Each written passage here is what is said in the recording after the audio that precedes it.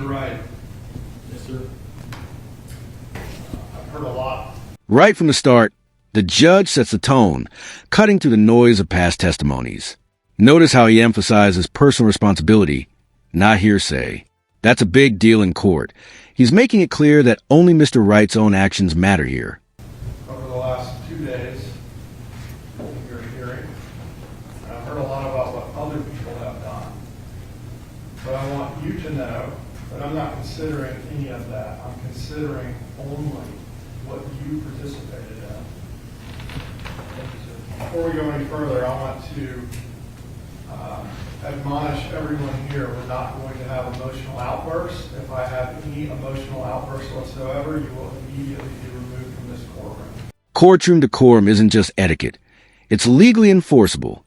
The judge is literally warning that any outburst could get someone ejected.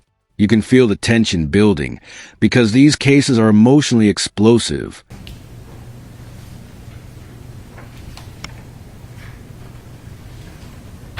I've been a lawyer and a judge for 25 years. I was a criminal defense attorney for the entire 24 years that I was in private practice.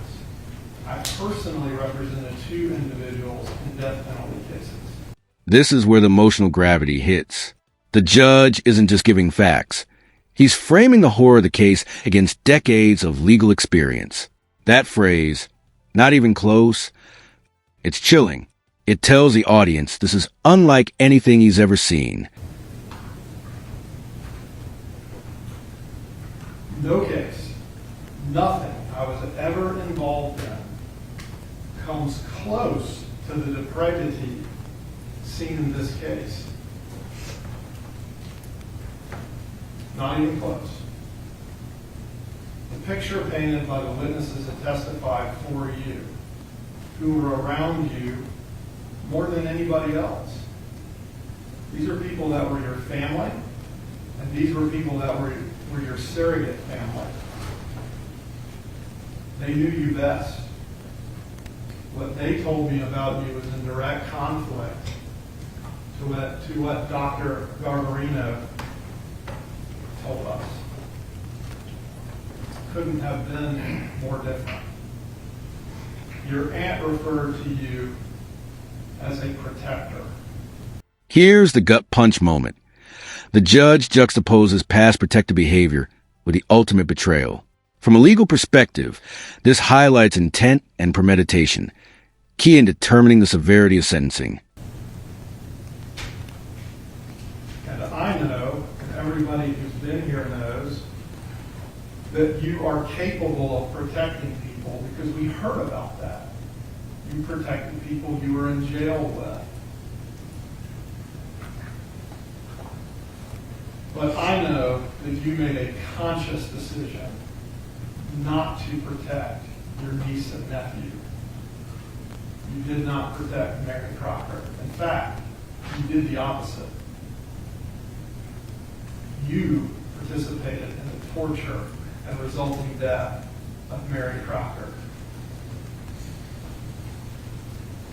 If these children, particularly Mary, could speak from the grave,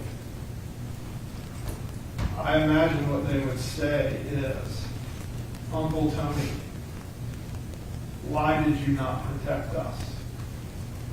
Why did you do this to us?"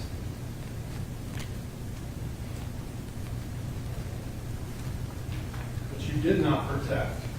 Notice how the judge structures consecutive sentences. Each count adds up legally. This ensures he serves a full 80 years. It's not just numbers. It's a narrative of accountability, and it makes the audience feel the weight of justice being delivered. And you did do those things. The sentence of the court is as follows. Count 1, murder in the second degree, 30 years to serve. Count 2, felony murder was an all pros. Count 3, aggravated sexual battery was an all pros. Count 4, cruelty to children in the first degree, 20 years to serve, consecutive to count 1. Count 5 merges into... And just like that, it's over. But from an audience perspective, think about the lasting impact. 80 years, consecutive sentences, the legal system asserting its full weight. It's a sobering reminder of how courts balance justice, deterrence, and closure for victims' families. Count 1, therefore there will be no sentence on count 5. Count 6, concealing the death of another, 10 years to serve, consecutive. Count 7, concealing the death of another, 10 years to serve, consecutive. Count 8, false imprisonment, 10 years to serve, consecutive. Total sentence, 80 years to serve. Now, Mr. Wright, to advise you of your habeas rights, if you contend that your constitutional rights were violated during the prosecution of this case, you have the right to file a petition for writ of habeas corpus. You must do so within 4 years of today's date on any felony offense. You also have the right to appeal from this guilty plea, and to do so you must file a written notice of appeal with the clerk of court of this county within 30 days of the date this sentence becomes final. The sentence becomes final when I sign it and it is filed with the clerk. Anything else from the state?